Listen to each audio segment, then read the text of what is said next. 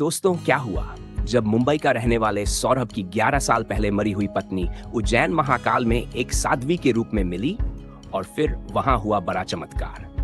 कहते हैं कि सच्चे प्रेम और सच्ची भक्ति की परीक्षा समय लेता है और जब सच्चाई के सामने हर भ्रम टूटता है तो भगवान स्वयं रास्ता बना देते हैं। आज मैं आपको एक ऐसी सच्ची और चमत्कारिक घटना सुनाने जा रहा हूं जिसे सुनकर आपकी आत्मा तपिक जाएगी।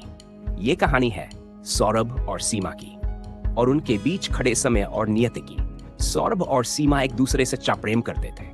दोनों का साथ कॉलेज से ही था। पढ़ाई पूरी होने के बाद दोनों ने अपने अपने घर जाकर माता पिता से अपने रिश्ते की बात की। शुरुआत में दोनों परिवार इस रिश्ते के लिए तैयार नहीं थे, लेकिन दोनों के घर वाले शादी से बहुत नाराज थे क्योंकि सौरभ एक दलित परिवार से था और सीमा एक ब्राह्मण परिवार से थी। इसीलिए सीमा के परिवार वाले शादी से इनकार कर रहे। लेकिन सौरभ को बाबा महाकाल पर पूरा विश्वास था कि सौरभ और सीमा ने बाबा महाकाल से विनती करी कि वह सीमा के घर वाले इस शादी के लिए खुशी खुशी अपना आशीर्वाद दे दें, तब हम दोनों अपनी शादी के बाद महादेव के दर पर सिर झुकाने जरूर आएंगे। और ऐसा हुआ भी। बाबा महाकाल की कृपा से सीमा के घर वाले शादी के लिए कुछ दिनों के अंदर ही मान गए और फिर सीमा और सौरभ दोनों की धूमधाम से शादी हुई। दोनों ने एक दूसरे का हाथ थामा और भगवान महाकाल को साक्षी मानकर जीवन भर साथ निभाने की कसम खाई। ये प्रेम कहानी अब पूरी तरह से पूरी हो चुकी थी। मुंबई में रहने वाले सौरभ और सीमा अपनी शादीशुदा जीवन को खुशी खुशी जी रहे थे, लेकिन वे भूल चुके थे कि उनको बाबा महाकाल के दर्शन भी करने हैं। वे भूल चुके थे कि जिन्होंने ये शादी करवाई है उन बाबा महाकाल के दर पर जाकर सिर झुकाना तो वह भूल ही गए। फिर एक दिन सीमा के सपने में स्वयं बाबा महाकाल ने दर्शन दिए और कहा, बेटी, तू तो शादी होने के बाद मुझे भूल ही गई। तूने तो कहा था कि शादी के तुरंत बाद मैं और मेरा पति दोनों उज्जैन महाकाल दर्शन करने जरूर आएंगे, और तेरे विवाह को तो 1.5 साल हो चुका है और तू अभी तक नहीं आई। कैसी भक्त है तू। और बस इतने में ही सीमा की नींद उड़ गई। फिर क्या था, सीमा ने अपना यह सपना अपने पति सौरभ को बताया और दोनों ने अपनी गलती स्वीकार की और तुरंत ही उज्जैन के लिए रवाना हो गए। दोनों बस के माध्यम से उज्जैन जा रहे थे। मन में बाबा महाकाल का ध्यान लगा रहे थे। जय श्री महाकाल बोलते बोलते अपना सफर काट रहे थे। पूरी रात सफर करने के बाद सीमा और सौरभ दोनों उज्जैन आखिर पहुंच ही गए। बस का वही सफर, दोनों साथ। उज्जैन की पवित्र गलियों में चलते हुए दोनों महाकाल मंदिर पहुंचे। तब के समय में भीड़ कम थी। दोनों ने गर्भगृह में जाकर बाबा के दर्शन किए, जल चढ़ाया, बेलपत्र अर्पित किया और बाबा का आशीर्वाद लिया।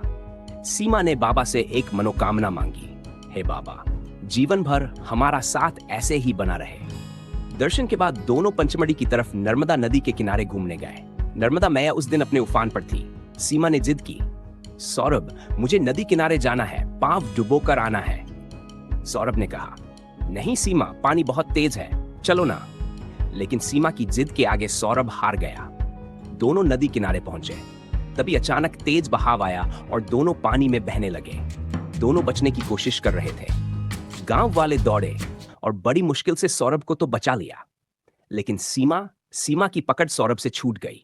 वह बहती चली गई और पल भर में लहरों में कहीं खो गई। सौरभ अपनी पत्नी को अपनी आंखों के सामने बहता देख कुछ नहीं कर सका। गांव वालों ने उसे संभाला। गांव वाले बोले, बेटा, नर्मदा मैया के इस रूप में कोई बच नहीं पाता, मान लो जो हुआ सो हुआ। प्रशासन आया, कई घंटे खोजबीन हुई, कई किलोमीटर तक खोजा गया, पर सीमा नहीं मिली। सौरभ टूट चुका था। अपने घर लौटते हुए बाबा महाकाल से शिकायत करता रहा, हे महाकाल, मैंने तो तुम्हारे दर पर आकर तुम्हारी पूजा की थी, फिर तुमने मेरी पत्नी को मुझसे क्यों छीन लिया। धीरे धीरे 11 साल बीत गए, पर सौरभ की आंखें हर रोज उसी नदी, उसी रास्ते को तकती रहीं। परिवार वालों ने दूसरी शादी के लिए कहा, पर सौरभ का जवाब हमेशा एक ही रहा, मैं सिर्फ सीमा से प्यार करता हूं और सिर्फ उसी का इंतजार करूंगा। साल 2022 का सावन आया। एक रात सौरभ को सपना आया। सपने में बाबा महाकाल बोले, सौरभ, तू अपनी पत्नी के जाने के बाद मुझे भूल गया। पहले तो मुझे याद करता था, अब तुझे तेरी पत्नी के सपने में मुझे आना पड़ा। अब मैं तुझे बुला रहा हूं, आजा मेरे दरबार में। सावन का महीना चल रहा है। सौरभ की आंखें खुली, पसीने से तरबतर, और वही फैसला, मैं उज्जैन जाऊंगा बाबा। इस बार वही मुंबई से उज्जैन का सफर, पर अकेले। उज्जैन पहुंचा। उज्जैन की गलियां, भीड़, लाखों श्रद्धालु। इस बार महाकाल मंदिर में श्रद्धालुओं को गर्भगृह में प्रवेश नहीं था।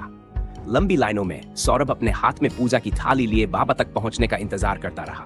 पर जब बारी आई, पूजा सामग्री एक बाल्टी में डाल दी गई। सौरभ का मन भर आया। हे बाबा, इस बार मैं तुम्हें छू भी नहीं पाया, सिर्फ एक झलक, और वो भी दूर से। मंदिर के बाहर साधु संतों की कतारें थीं। सौरभ ने सोचा, क्यों ना किसी साध्वी से हाथ में धागा बंधवा लूं। एक साध्वी के पास गया। साध्वी ने धागा बांधना शुरू किया। तभी सौरभ की नजर साध्वी के हाथ पर पड़ी, वही जलने का निशान जो सीमा के हाथ पर था। सौरभ चौंका। साध्वी की आवाज सुनी, वो वही आवाज थी। सौरभ ने कहा, सीमा। साध्वी बोली, मैं सीमा नहीं, भारती हूं। सौरभ बोला, नहीं, तुम मेरी पत्नी सीमा हो। बहस हुई। आसपास के लोग इकट्ठा हुए। सौरभ ने तस्वीरें दिखाई, पुरानी यादें ताजा की। साध्वी के रोंगटे खड़े हो गए। धीरे धीरे उसे भी सब याद आने लगा। उसने रोते हुए बताया, हाँ, मैं ही सीमा हूं। मेरा सिर पत्थर से टकराया था, याददाश्त चली गई थी, एक औरत ने बचाया, और फिर महाकाल मंदिर में आकर रहने लगी। सभी की आंखों में आंसू थे। लोग कह रहे थे, बाबा महाकाल की महिमा अपरंपार है, जोड़ों को तोड़ते नहीं, बिछड़ों को फिर मिला देते हैं। सीमा और सौरभ गलत कर फूट फूट कर रोने लगे। दोनों ने बाबा का आभार जताया। मैं जानती थी, बाबा मुझे मेरे परिवार से जरूर मिलाएंगे। दोस्तों, ये कहानी सिर्फ प्रेम की नहीं, ये आस्था, विश्वास और महाकाल की कृपा की कहानी है। अगर आप भी उज्जैन महाकालेश्वर मंदिर गए हो या जाना चाहते हो, तो कमेंट में जय श्री महाकाल जरूर लिखिए। वीडियो अच्छा लगे तो लाइक करें, चैनल को सब्सक्राइब करना न भूलें, और प्रेम से बोलिए जय श्री महाकाल।